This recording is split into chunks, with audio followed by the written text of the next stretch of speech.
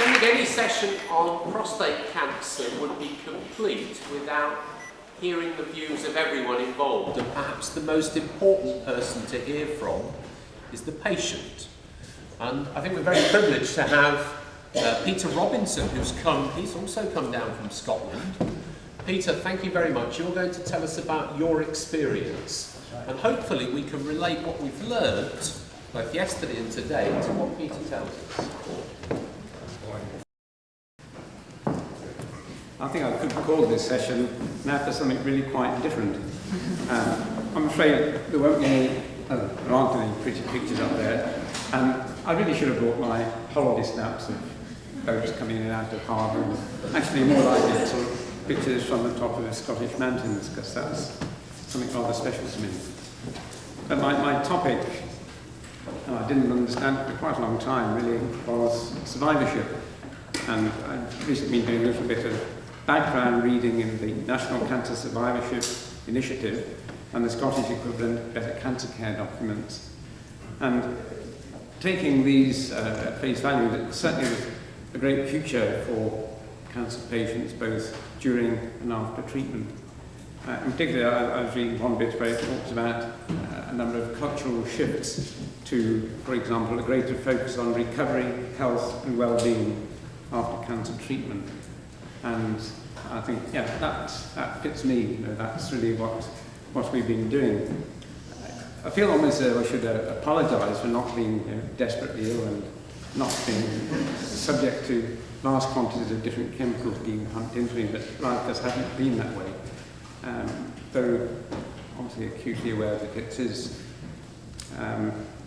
very difficult for many, many patients. So what I want to talk about today is a little of our journey, the treatment and recovery, our involvement with the Prostate Cancer Charity, and the effect on our family and our relationships. Well, who am I? First of all, and I mean my wife and I, we live in Ayrshire on the west coast of Scotland, about 30 miles southwest of Glasgow. We have 2 daughters, 5 grandchildren, fortunately quite close to where we live.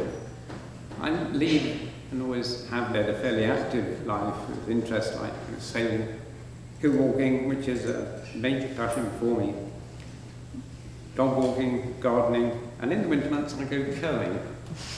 Now, the thing about that is it's a great big lump of stone, and after you've had surgery, you probably just be careful how you pick this thing up.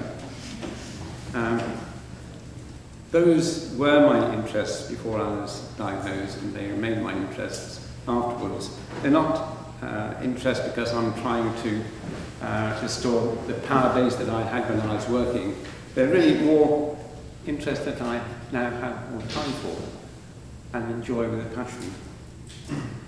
I'm never sure what to say that I am or was, but yes, I am a physicist. I retired 14 years ago. My wife, Sue, was a senior social worker in our local general hospital, and she retired at much the same time as I did. Her background in the health service really has been quite invaluable to us, just finding our way around at times, who to talk to, what tone of voice and those. I should really give Sue's apologies. The original plan had been that we would both come along because we've been through this prostate journey as a couple, very much so. And in spite of her own concerns and anxieties, she remained positive at all times. She's been encouraging me to see life half full, and would always be telling me that we were lucky. I couldn't necessarily see where that came from. I didn't particularly feel it at times. That was downright miserable. But she was right. We were lucky to have come through this in such a fine fashion. You know, she was present at all of the consultations we had, and really her support practically and emotionally has done a great deal to help me through that whole experience. Just change the picture while I gather my...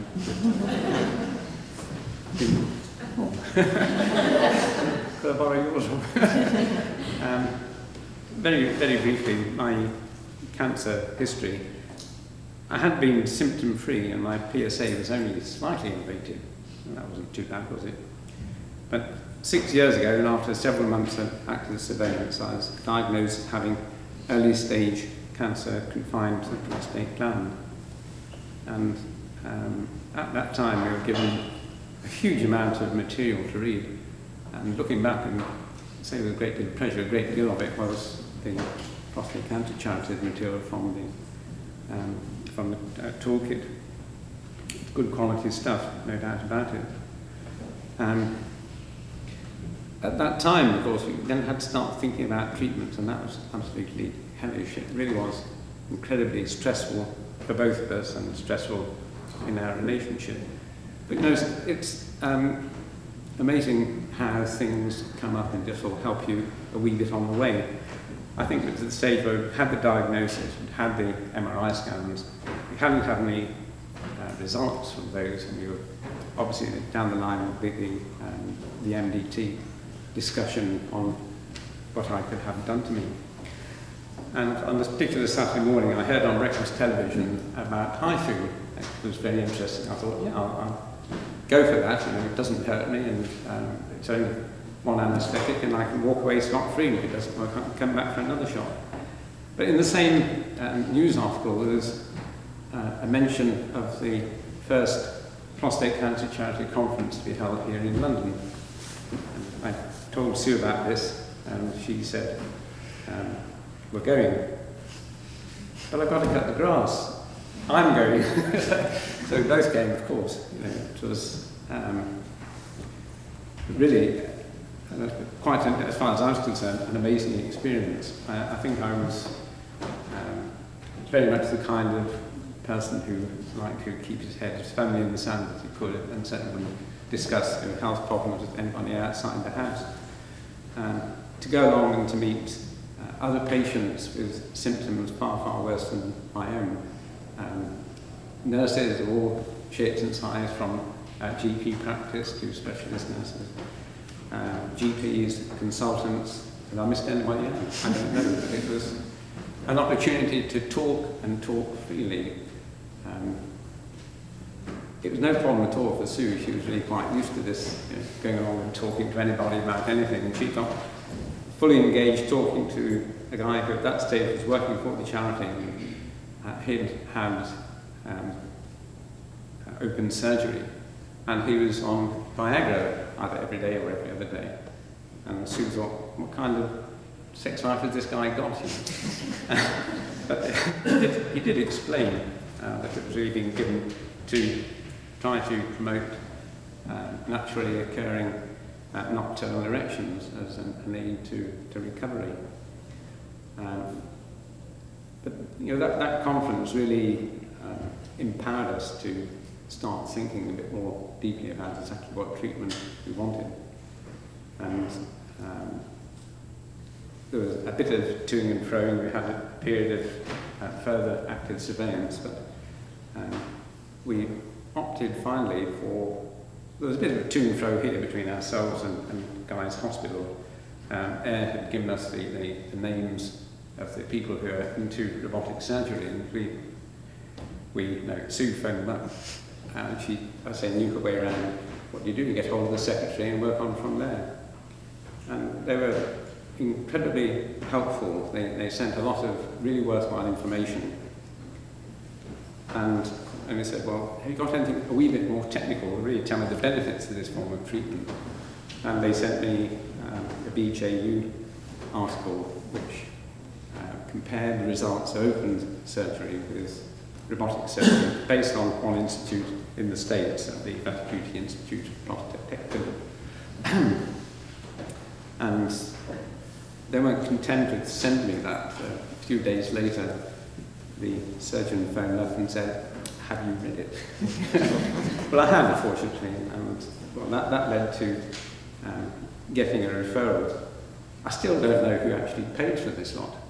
There's Brian. Yeah. Somebody paid for it. Nobody talked about money, and it was wonderful. I don't think people get referrals to different hospitals that easily nowadays, and certainly to get a referral to a different country. And you have to remember, when it said NHS, that N isn't my form of national, it's local national. And there are a number of reasons really why I sort went for that method of treatment. I think there's always going to be some kind of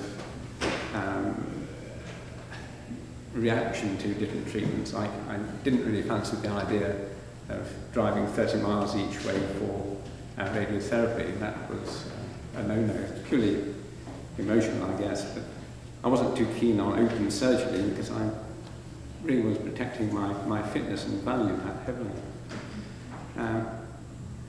But the prospect was that with robotic surgery that recovery would be quicker. Recovery really in terms of the effect on continence and erectile function.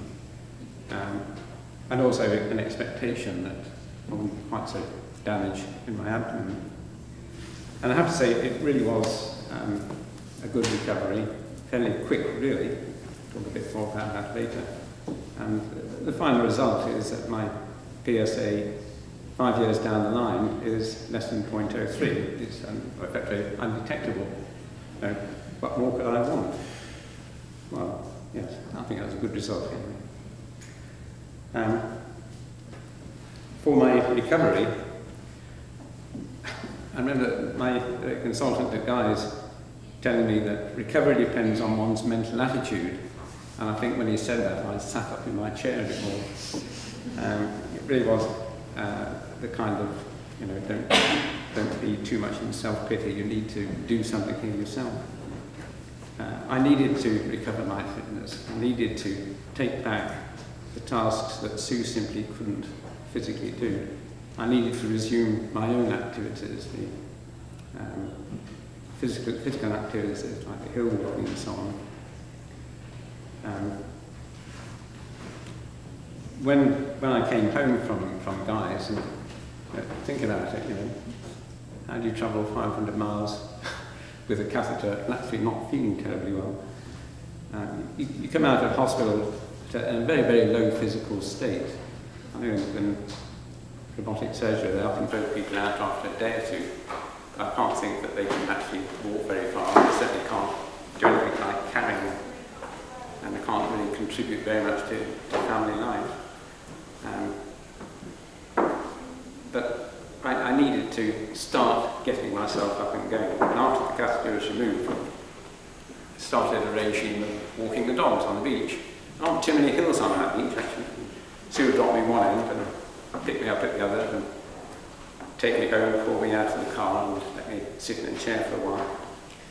And it just gradually extended that to being able to drop me at the beach. She would go for a swim, not in the sea, but in the local sports centre, and walk the length of the beach, across the golf course, up the hill, and home. It took me about 3/4 of an hour at that time.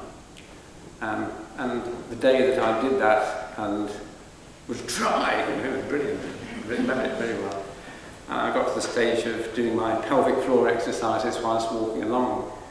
The continence nurse wasn't too happy about that, but it did seem to work.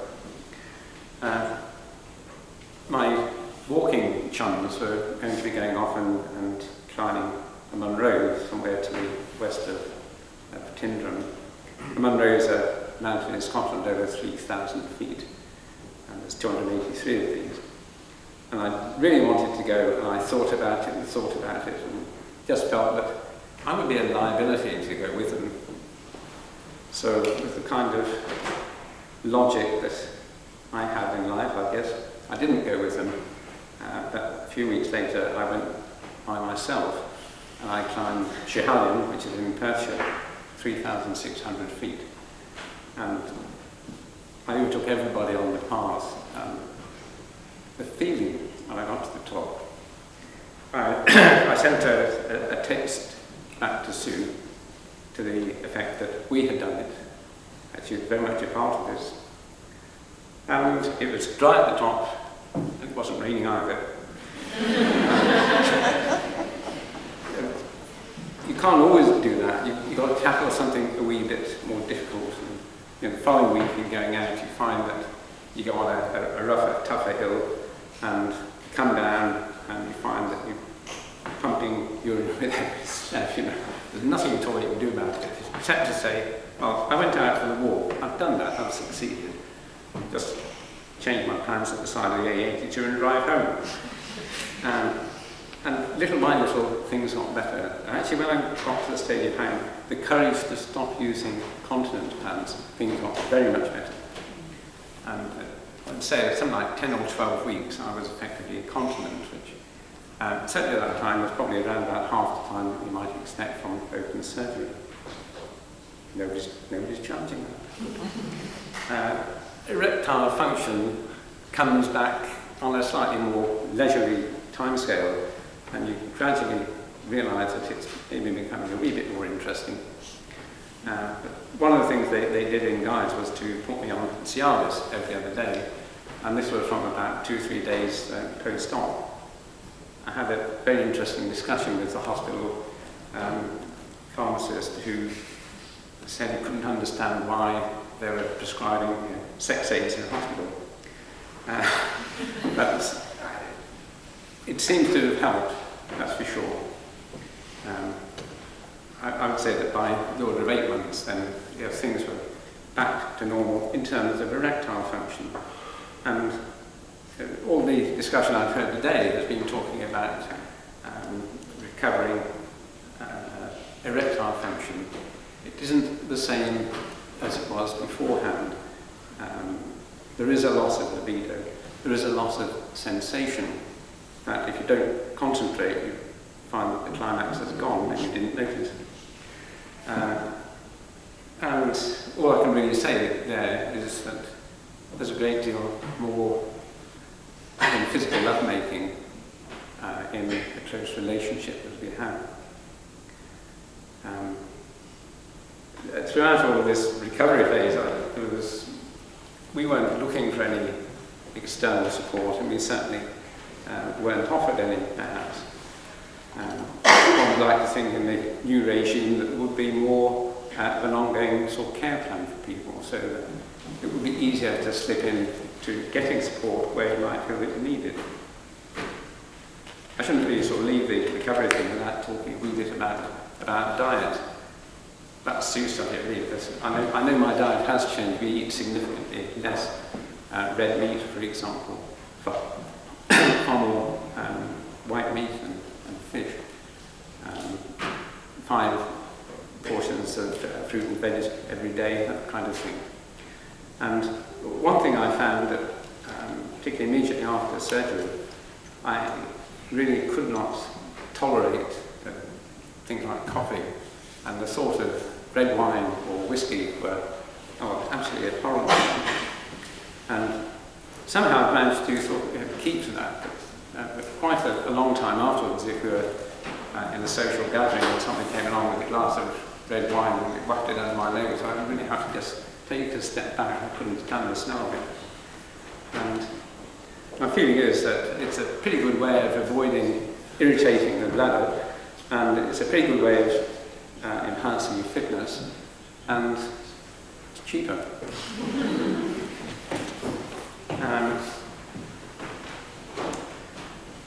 Earlier on I mentioned that we came along to the first prostate cancer charity conference in London, and we learned a great deal there on the variety of techniques that were being developed. And the second conference, maybe a bit like today, concentrated a lot more on metastatic disease, and that was an eye-opener, because I think probably up to that point I thought, well, prostate's gone, all finished, I'm okay. And really, you need to be aware of the risk of cancer recurring. You don't need to obsess about it, you should be at least aware that there is some kind of risk there. And the very first conference in November 2004, one of the strange things was that we were introduced to our local cancer support group, GAPS, who are based in Glasgow, and we've been going along to that ever since. And it is good to meet other people in different stages of their prostate career, perhaps, and the range of talks that they've laid on there have been very, very high quality, covering a lot of, if like, practical topics like continence, like erectile dysfunction, and keeping us up to date on the techniques that are being developed, And there's a great deal of interest there. It's been really very good. I forget the exact time ago, it was probably about something like 3 years ago now, after the second conference and after a similar conference that was held in Glasgow, the charity set out to establish a group of volunteers based in Scotland, and this was supported by the lottery fund, and with the really objective of raising awareness in the community, giving talks to whoever would listen to us, to be quite honest. And there's a lot of sort of in-depth training there on prostate cancer in general and really all the techniques that one should use, which I could have done with a refresher for today. More recently, my involvement in that line has been as peer support for the helpline. Prostate patients or people who are trying to decide what kind of treatment they really should be having can phone the helpline and they can get an in-depth, really medical discussion with the helpline nurses. And they also offer the opportunity to talk to somebody who's had a particular form of treatment that they're considering for themselves. Somebody who's been there and done it and can do a great deal to remove a lot of the anxieties. And I've had quite a lot of involvement with this, and I have found it very rewarding, very helpful to me.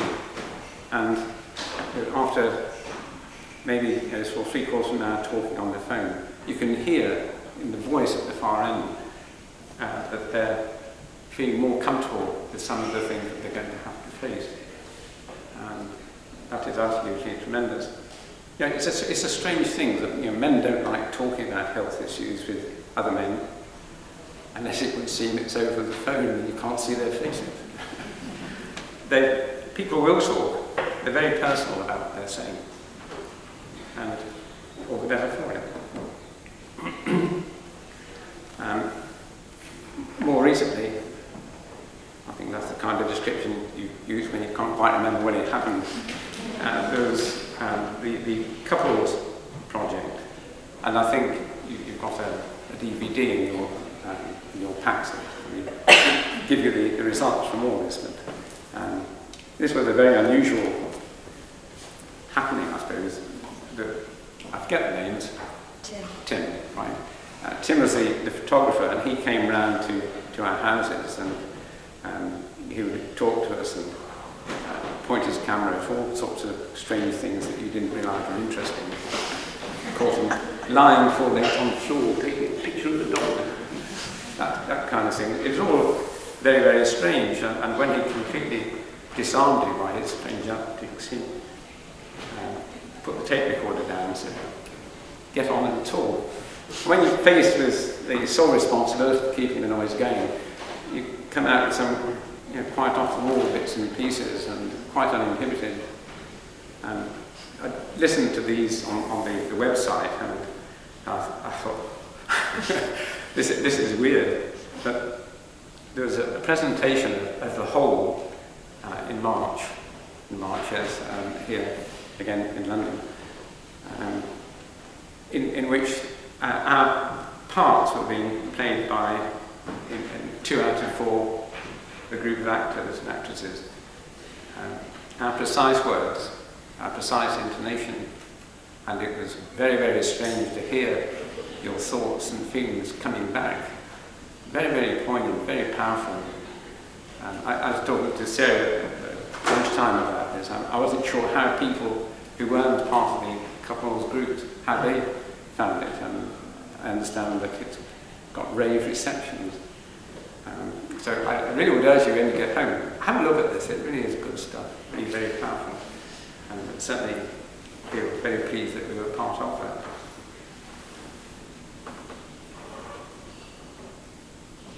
The effect on our family and relationships, as I mentioned before, the very major part that Sue played. I think it would be right to say that we are even closer than ever as a result of this. We told our daughters when we got the first diagnosis, well, they're girls. um, Mandy, who's our youngest, and she's a GP, she organised a family get-together to instruct me to get on and get something done. It wasn't too pleased when I was just dragging my heels, well, that's the way she saw it. Jackie, who's a solicitor in the family, she got me a decision-making aid from her MBA course, which seemed a good idea at the time, but she didn't really appreciate the extent to which, on things like that, I can cheat. So came out with the result that I wanted. The girls don't particularly take an interest in the sort of ongoing history. Obviously, from the time of surgery, initially every 3 months, then every 6 months, have a PSA test. And for reasons which are a bit difficult to understand, it's actually quite a stress raiser. You think it's just a blood test, isn't it? Yeah, and somebody will tell you what the answer is, but you have a level of anxiety really sort of quite out of proportion to what's happening. This hasn't got through to the girls, even though they've been told the importance of it. I think they just have faith in me. I do all these strange hill walking exploits, and they think and see me as being very fit and very well. When I'm curling, I'm playing the same curling club as my daughter, and so she sees me playing with the younger group.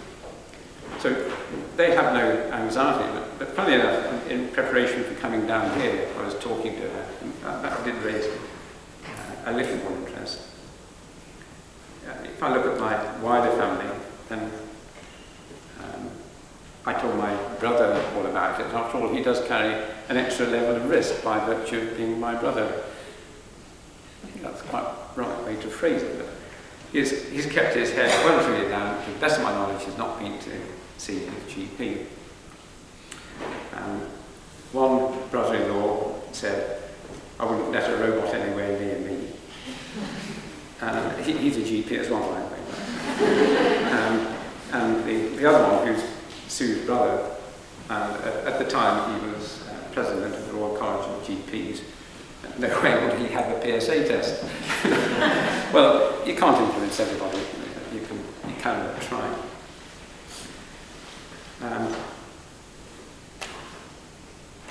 Well, thank you all for listening, and thank you all representing the people that have supported me during my cancer journey.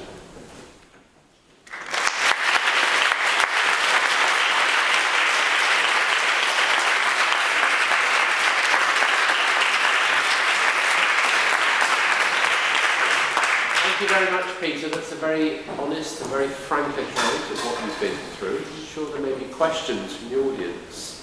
Can I kick off by asking you, what do you think it is that makes for a successful patient support group? Not everyone has them, you see. No, I don't think a major problem is getting people to run them, because by definition, pretty well, we all get on with it. And so locally we've had difficulty with our, we had a support group in Ayr, and really that folded because we couldn't get people to carry on running it. And what's happened actually in Scotland anyway is that the charity has taken over the management of the support groups, so they will underwrite it financially. It doesn't mean to say that they're having to provide money. They still go along to the meetings and put money in the bucket and so on. So having people there who, I would see that the group in Glasgow as having been more successful than the one in Ayr, because they're local to like a higher level. I'll change the word there. They can get access to more professional people to come along and give talks. You know, the roles giving a talk about the support group, for example. Hands up in the room, how many people have support groups near the hospital where they work? So that's the majority, isn't it? I just struggle with the idea a little bit. I don't think it should be led by doctors. I'm not sure if they should be led by nurses. And it's very interesting to hear the prostate cancer charity taking that perhaps under their umbrella as something they specifically in Scotland, yes. Very why, different. why is Scotland? Why should that be? It's a very different set of needs actually in Scotland in terms of there was another umbrella organisation where their funding was cut, and an awful lot of the support groups in Scotland were just going to dissolve without financial support. And it's also a way for our Glasgow office to really reach out and raise the profile of the charity in Scotland, where a lot of people would perceive it as a London-based charity. So we're merging with about 9 groups in Scotland, and it's a pilot really to see how that goes. But depending on the result of that pilot, you may decide that's something that should be applied to England as well, perhaps. That would be a very long-term plan, because there's 80 to 100 support groups across England and Wales, and that it's hugely resource intensive. We've got 1 full-time member of staff who's going to liaise with 9 support groups in Scotland, so that would be an enormous team. This goes back to your point, Peter. You do need someone motivated to do it. Yeah, yes, I think the way that it's going to work out is that there will be like a local committee organising events like talks and so on, that the finances will be underwritten by the Prostate Cancer Charity. Yeah. Thank you very much. Any other questions for Peter? Yes. I think it doesn't have to necessarily be a nurse, but a nurse has added a radiographer or a counsellor audit in case people go down the wrong avenue. And another important part is having a regular room you can advertise, because it's often difficult to find space. People don't want to turn up and it's not on, and they don't want to phone up and bother the CNS, so that's important if you can find it. Any other comments? Yes, at the back. I'm Sue from Northwood Park. Just a question for Peter. There's a lot of discussion about survivorship and what does it mean and when does it start and when does it finish. So for you, where in your journey would you say I'm a prostate cancer survivor? At what point? I can put up flags for a number of successes on the way. I think the turning point was undoubtedly 8 weeks when I climbed Shahaldin. And that really did say to me, you know, there is life after cancer, I can do this. What I didn't mention at the time was that I carried on that year to do 41 Munros, and over the following 3 walking seasons I completed a lot. And that's again, it's not wanting to sort of reclaim my power base from having been working for my sort of macho image, but rather, I just love it. Okay, thank you very much, Peter. Okay.